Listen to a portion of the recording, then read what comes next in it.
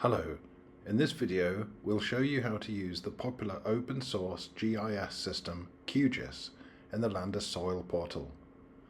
In the portal itself, go to the Help and FAQ section, like this, and look for the section on the REST API access. There's the section on QGIS, and this links you to a GitHub page with all the instructions. Click on that link and open up the GitHub page. This GitHub page has all the different sets of instructions and images that you will need, and this video just helps to further your understanding of how to do this. There are two key files that you need to download, shown here, the XML and the JSON file. In each case, open it and download as a raw file. It's important to use it as a raw file. Both files must be downloaded. One's the connection and the other is the authentication. Now those files are downloaded, we can actually go into QGIS itself. Here we're using version 4. Over on the left-hand side is ArcGIS REST service.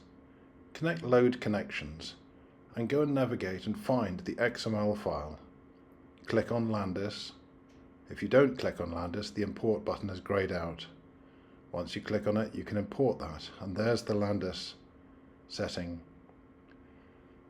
But before we can connect to the portal, we need to add our authentication.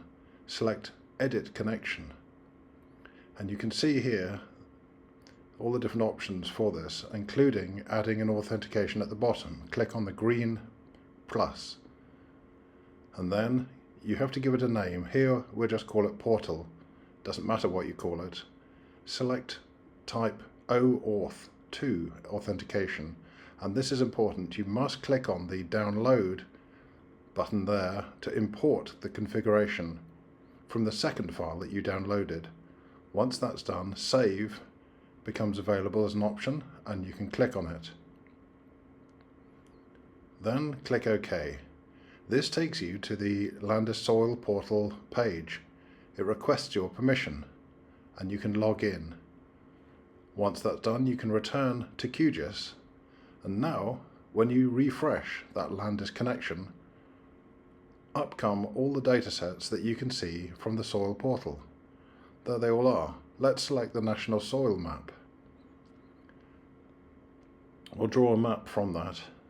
Once you select an item, you can see all the information about it, all its attributes. There are all the attributes from the map, and also the descriptive metadata. That's all there as well.